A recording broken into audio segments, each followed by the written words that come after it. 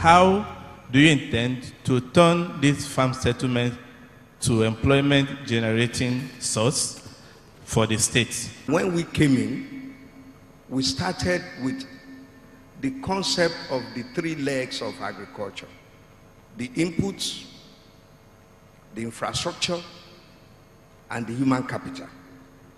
And when we started, we looked at our inputs. How do we help the farmers? We ensured that we gave them seedlings. For instance, before we came in, seedling was at about 3.5 million. When we came in, we looked for hybrid seedlings, and we got 1.5 million, and our output increased by over 60%. That is on cocoa. Fisheries, what we did was to also train people and improve on what they have. And today, we have increased by over 50%. One of the first steps that we are going to take for Oyo State farmers will be to set up an economic advisory committee at the state level. Never again are we going to have a government in Oyo State that will be myself and few cliques, maybe close family members and all. I'm not going to do that. I will ensure that critical stakeholders, including farmers, artisans, they will be represented in the Economic Advisory Committee. So they have critical input onto how we're going to apply the resources available to us in Oyo State. I mean, for me, this is one of the tragedies of this administration and indeed the past ones, given the huge potential that Agric offers us in terms of job creation and expanding our IGR base. The present governor went on a familiarization visit to Fashola Farm Settlement some time ago. And when he was there, he said Fashola Farm Settlement was being utilized at a capacity of 20%. I want to make bold that since his last visit, that has dropped to about 12%. And the reason is very simple. The reason is very simple. It's either there is bad management or the equipment they claim to have bought is not there. We were using the farm settlement to the maximum during our period. But since then, we have discovered that if you want to keep our youngsters, particularly graduates, in agriculture, you must make them earn as much as their counterparts that are working in cities, as banks, oil companies earn. And it is possible. So apart from the farm settlement that were already being used to the maximum, we intend to open up land for our youngsters. Land for our youngsters to plant those things that will make them earn as much money as their counterparts in banking sector earn. What is your blueprint for the mining sector in Oyo State, sir? Thank you very much. Mining,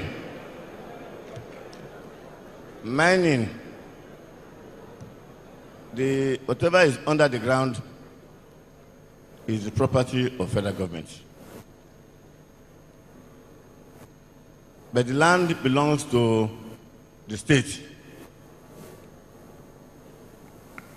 So the mining licenses are issued by the federal government. What we did and what we are still going to do is to manage the people that are mining there by making sure that we get our own people also to work. Thank you. again, for me, the failure to exploit the potential there lies within our mining sector, again exposes the unseriousness of this administration and indeed past administrations. The reason is very simple, because it really does, because if you look at the huge potential, like a Greek, for job creation and expanding our IGR base, it clearly shows the unseriousness of this government and, like I said, the past administrations. It has to be said very clearly that the issue of mining is in the exclusive list of the Constitution. Thank you once again. I'm a systems engineer and a subject matter expert on fluid and gas metering. We've done it in the oil and gas industry because they also operate under the mining environment. Mining is capital intensive. Those miners, the ones with licenses that are operating here, they operate on our land, even though the licenses are given to them by the Federal Ministry of Mines. We will ask the people that are coming in, and we also encourage others, who wants to bring in direct investment into your state. We will encourage them. We will work with them, to procure licenses. But what we will insist on first is your state should be a part of that company. Thank you very much. I think on your question of mining, there is a need sometimes for some of us to be informed from what we say. And I think maybe because Senator Ladoja, our Egbon, has done it before, he has information on the status, which is federal government is in charge of mining. So for anybody else to come here and say we are unserious, it's a bit uncivilized to say that. Yes.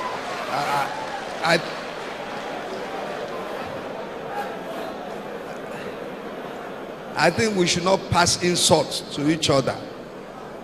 Mr. Chairman, sir, please let us abide by the rule of not insulting each other. Okay? For people to come and say we are unserious, I think it's insulting. And I think we should avoid it. I said before, Senator Ladoja was there before, he knew the rules. Federal government owns all the mineral resources. However, since we came in, we have been trying and we have discussed with the federal government on the need to allow the state government to begin to participate. To that extent, we followed the federal government to Australia and we signed an agreement with an Austrian company that has agreed to be working with us in order to improve on our mineral resources, exploitation and exploration. Now, what in your studied opinion, to all the candidates now, are the real challenges facing the public educational sector in your state? And what measures will you introduce to address these challenges so that our young citizens can compete globally everywhere they are? Thank you. Thank you very much. I agree with you. I think it's a valid question. Again, it shows the ineptitude of this present administration. It shows, in my own opinion, the failing of their policies. And people may laugh, but the reality is this: education is key to what we are trying to achieve. If you get it wrong in education, then you miss the boat. That is the truth of the matter. Now, what do we have now? Because you have to talk about what you have now as against what you want to do. What we have now is education is not just about employing teachers. The quality of the teachers is important. You must provide the enabling environment where students and pupils can learn. That's the truth of the matter. I graduated from Bishop Phillips Academy in 1985. And then I came back around 99 to see the classroom where I studied for my Form 1 being in a very bad shape, dilapidated situation. We rebuilt that block and we equipped it with computers and generators in year 2000.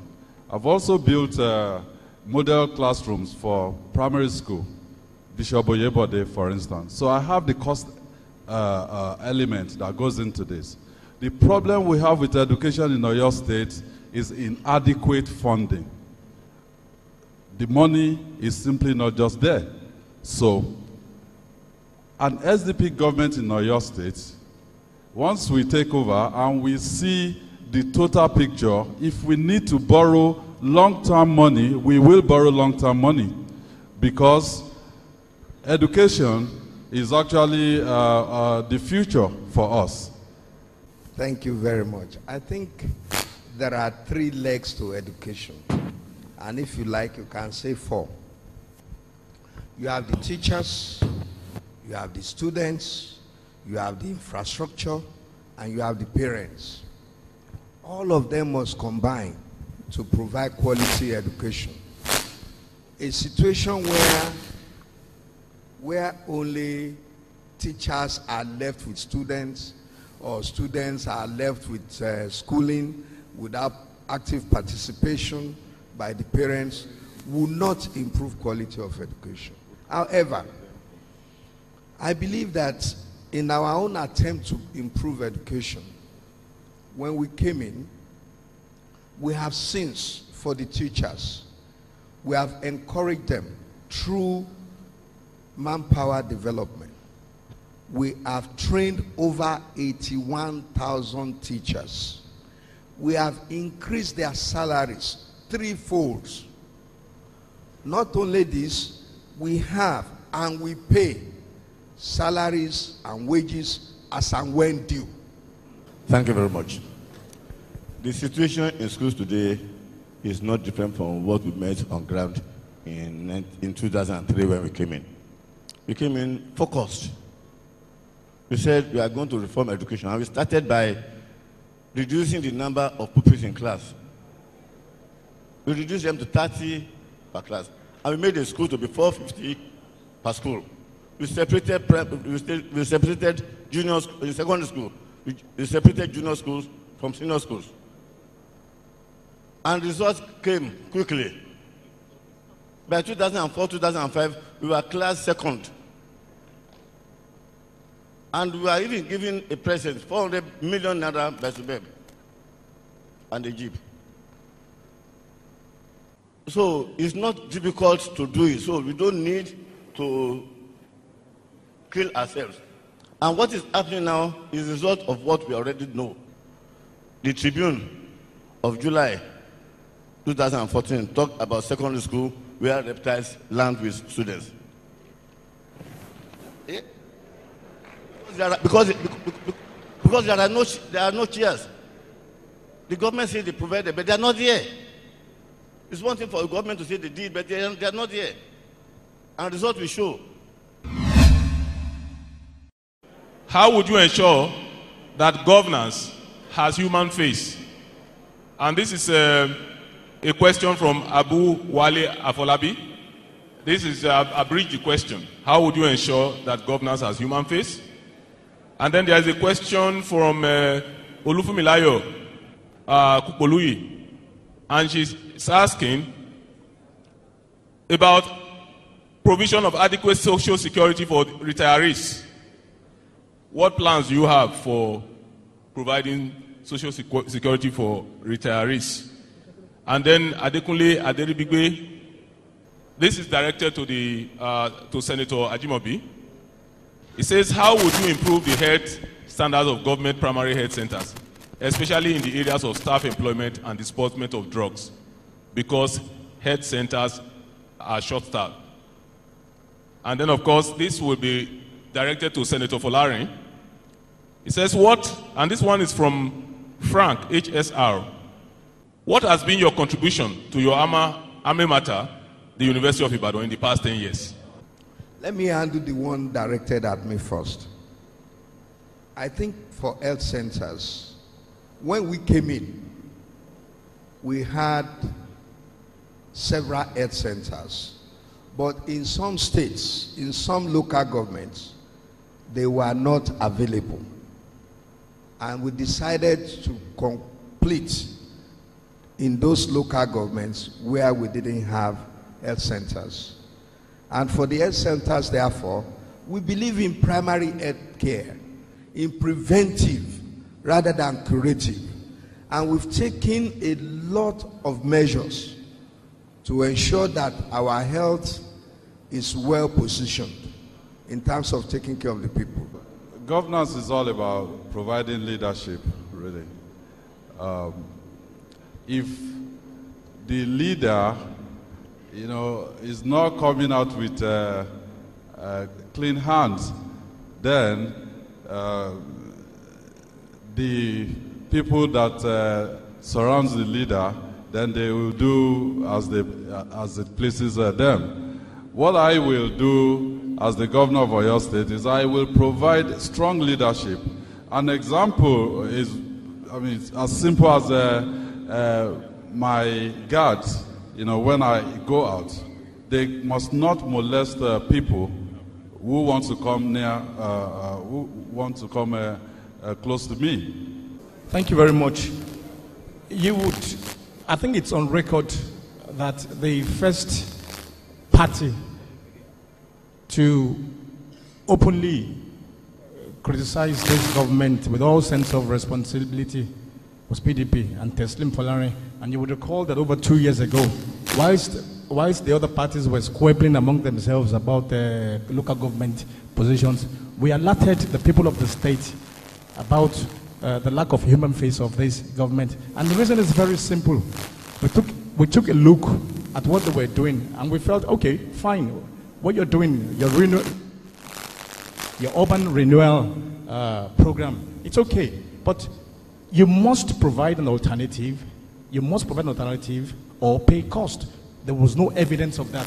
And that was why we came openly to say this government lacks human face. In terms of what I've done to my university, there are two things, there are two issues there. I'm not that rich. I'm not that rich to come to UI every time and say, take this. But having said that, if I am approached, no one has approached me. If I'm approached, you can be sure that if it's something I can afford, I will do it.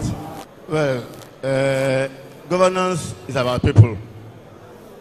Governance is about people. And what differs one governor from another is the choice of priorities. If your priority is not people, then you will not look after them. The situation we had again in pension today is what we met on ground in 2003. Pensioners were being owed 18 months, and it took us 3 months to clear it. Today, pensioners are being owed up to 17 months because one of the traditional leaders told me that he was being owed 15 months. That was 2 months ago. And he said he was praying for me so that I could come back, to clear those debts again. What are your plans to ensure that there is security in these new communities, water supply, and also make sure that houses within these new communities are well planned so that they don't endanger the people? We are very lucky in Oyo State. Houses are in abundance. People build houses because they feel it is a legacy to build a house. And therefore, unlike other states, government doesn't really need to invest money on housing today because the private sector is already strong enough to handle that area. We will encourage them. The present government puts the housing deficit in Oyo State to about 269,000. I was reading in one of the books, but in our own research, I think the housing deficit is about 400,000 housing units. So what this tells us is that you have to build approximately about 50,000 housing units every year. government has no business in building houses or homes. What the government must do, and we will do as a PDP government, is to provide the enabling environment for the private sector to come in and participate. There's nothing so much, that you expect from government other than regulating the way our houses are built, regulating procurement of a certificate of occupancy. Because if you go elsewhere in the world, you see that housing is actually being done by private people. What are we going to do as a government? We will ensure that there is ease of people getting certificate of occupancy. That gives them the confidence, and also if they are going for facilities in a bank, they can also use that as a collateral. Now, when you look at water supplies, between 2003 and 2007, the percentage of performance in terms of capacity utilization was 22%. Between 2003 to 2007, 22%. Total production, 16.5 billion cubic liters. Now, go to 2007 to 11, 14 billion liters produced, 17% capacity. Today in Oyo State, we have improved it from that of 20% to now 60% capacity. What plan does your administration have to ensure that the FOI bill is upheld in Oyo State? Again, information flow has to do with leadership. For me, as the governor of Oyo State, I already said it in many of my campaign messages that on day one of being sworn in, I will declare my assets publicly. I will also encourage all the people that are going to work with me, if they are up to it, they should, declare their assets publicly. Thank you for letting us know that this bill was passed in 2011, and I find it most disappointing that nothing has been done to domesticate this bill in Oyo State. For me, freedom of information is sacrosanct. It's very important. It's key. I was part of the National Assembly that passed the law. And it's okay to say, oh, it was done at the federal level, but it is very useful at every local, every tier of government. There's so many information we would like to know about this government, for instance, but there is no freedom of information bill that would enable us to ask those questions. But having said that, what I would do as a governor of Oyo State is, within 3 to 6 months, we would domesticate the Freedom of Information bill. We will do that in Oyo State. The FOI is a federal act. It doesn't need to be domesticated. So people will have to be told that they have right to those information. And I think this is where journalists come in. You see, I've been in government before, and I know the pressure on governor.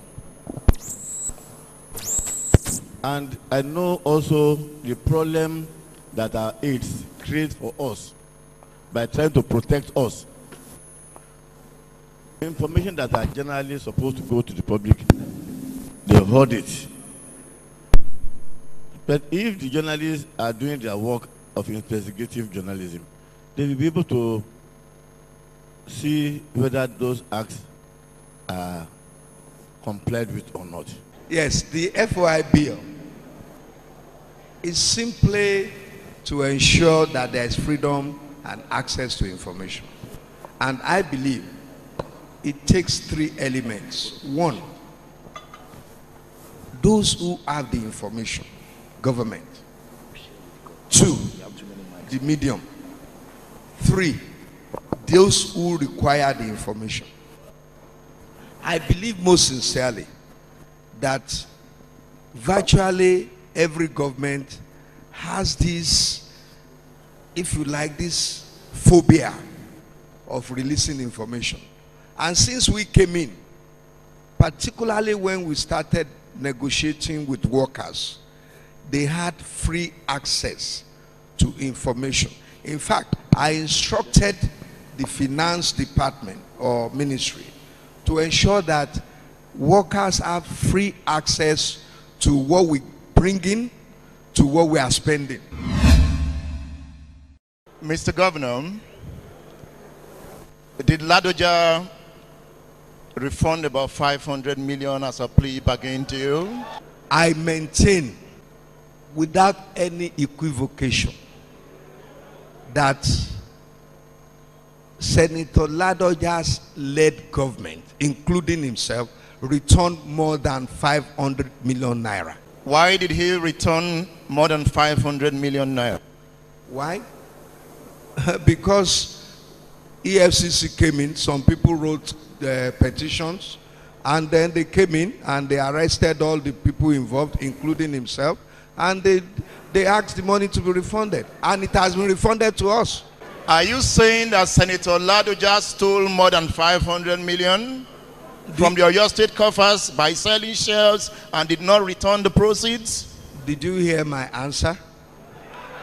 With my answer, you don't need to ask that question. I said, Senator Ladoja's government and participants, including himself, returned the sum of 500 million naira plus. Senator Ladoja, did you return more than 500 million? I, Senator Rashidi Alewa Ladoja, did not return 1 penny to the state government.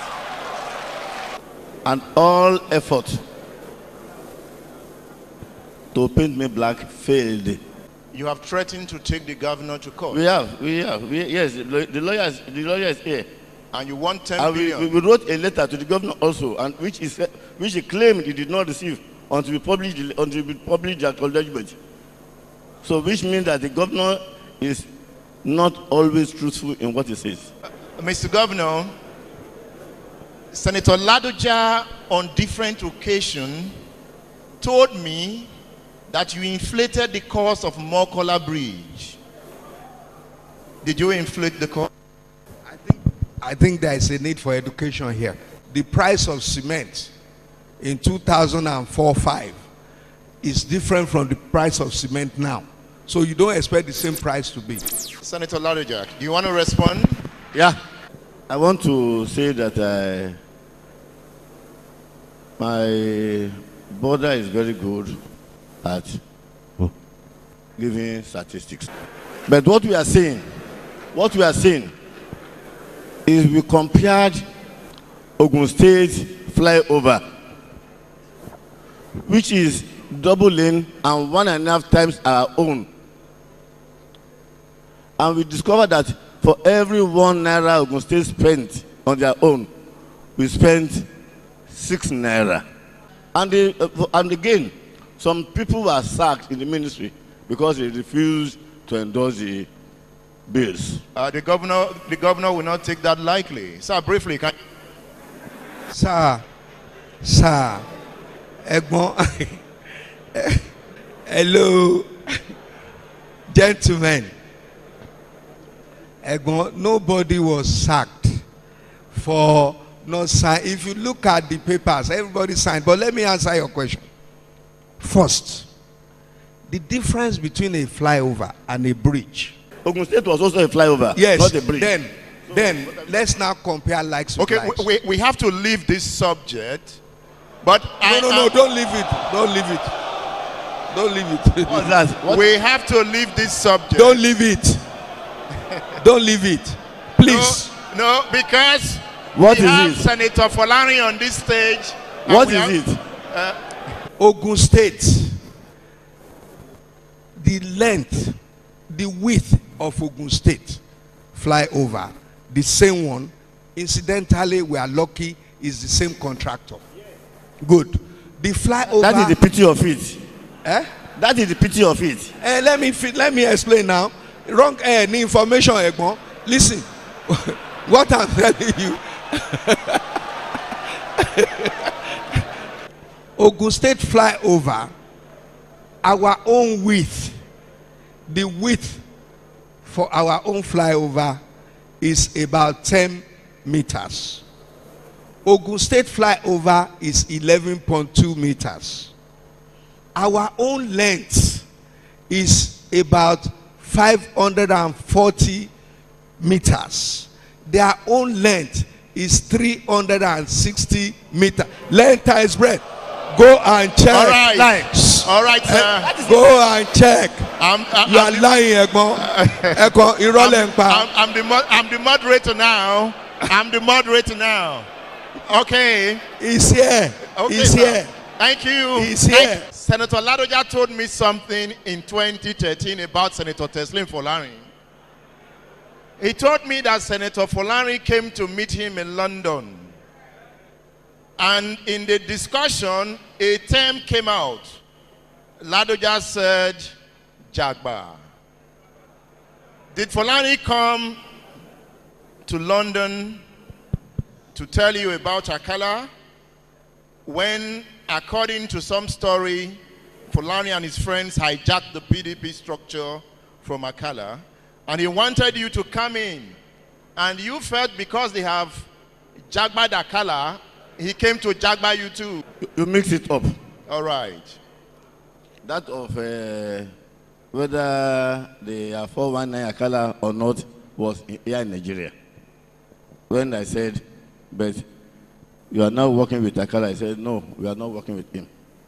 We just use him to get what we want.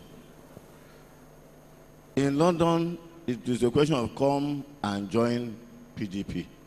And I said, you already have the structure in your hand, which is not acceptable to many other members. Why don't you put everything down? Let us start all over again. And they said, what I have, I hold. And I said, if what you have, you hold, then you don't need me. Senator Folari, I have listened to you debate, and you any intention. Let me lay some precedents. You consistently say you don't have money. You were asked in a debate, why didn't you tar the road in front of your house? You said it's because you don't have money like Sheyi Makinde. And I also made it up crystal clear that it is the responsibility, should be the responsibility of government at whatever level to tie. Yes. And you were asked again here, what is your contribution to your alma mater? Before you answered that question, you said you were not a rich man.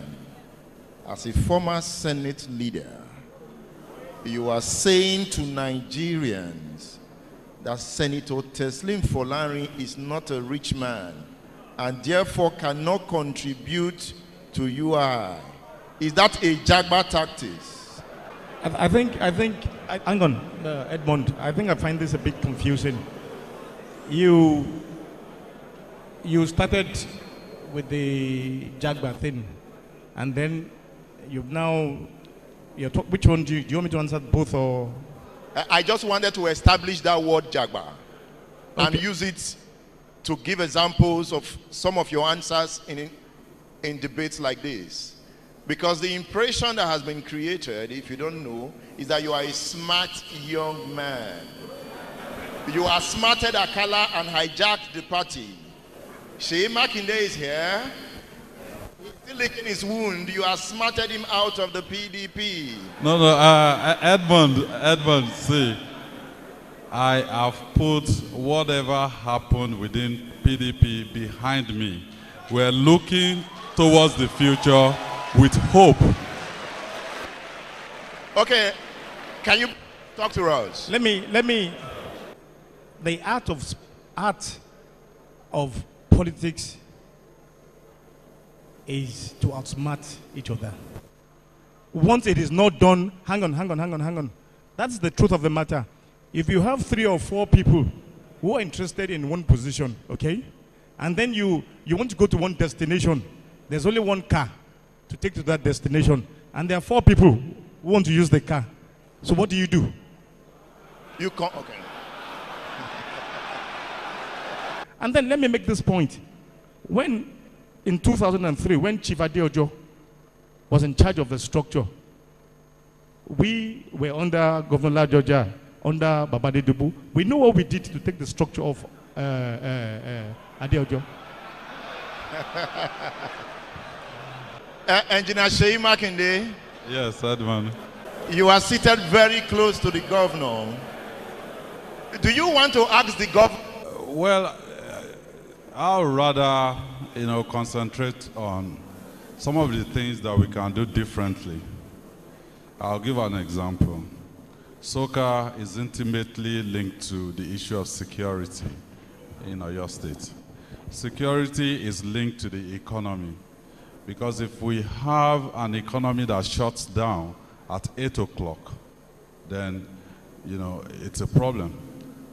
We can't be saying we want to develop the economy, treat the issue of poverty, and then at 8 o'clock, people will have to go home. SOCA, to be specific, because the governor had the opportunity to use this event to explain what happened in SOCA. Do you have any question for the governor? Well, okay.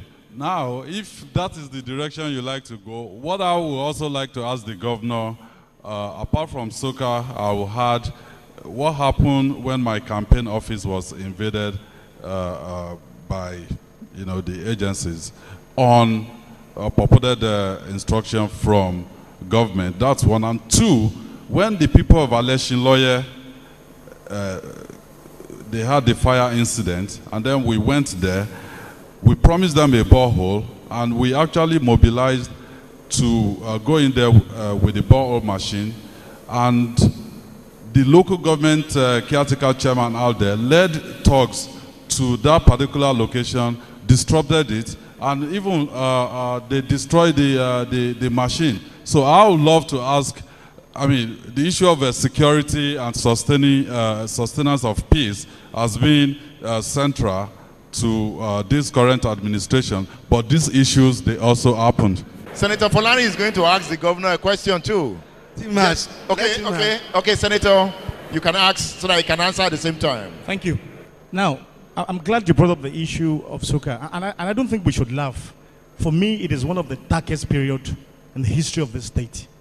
And I want to ask, how is it possible, for God's sake, for such dastardly act to happen under the supervision of this government? That's number one question. Number two question. When the governor went to pay a courtesy visit, not courtesy, a condolence visit, or visited SOCA, we understand that a woman was killed. A woman was shot by a stray bullet. And I want to ask the governor whether there's been any contact with the family of this, the victim, the woman that got shot. Two questions, sir. Thank you, sir. Thank you. I think let me take it from Teslim Folani's point of view. He said, how come such a dastardly act could have been committed? It would be nice to know how come, as a senator, himself and some crooks went to remove Senator Ladoja from office. How come? How come it happened? And you are now asking me. My removal had nothing to do with Senator Folani. It had to do with the president. President Olusegun Obasanjo. How come he was the agent of the president? My removal had nothing to do with Folani. It had to do simply and squarely with General Olusegun Obasanjo, who was president at that time. Let's now talk about SOCA. SOCA has existed before I came in. Yes. So, even when I went there, I met a woman, relatively mentally deranged, that said he has had his child 8 years ago in that same place. Some of the people that violated others at Popoyemoja, some of them are working with some of our so-called contestants. Who is this contestant? Out of decorum, I'd rather keep it. Please, I'd rather keep it. Nevertheless, some of the contestants here present were part of it. Talking about violence, let me, because at some point I'm sure His Excellency would allude to the fact that PDP is a violent party, but let me inform the people of Oyo State that the people responsible for violence in PDP thankfully has left the party. So what we have now is a new, not you, Sheyi Makinde. I don't have to mention any name. Not you. Don't say anything. Okay, thank you. So, Senator Folani, the last time I interviewed you, you forgot if Ajimobi was still your relation. Have you remembered now? I have my doubts.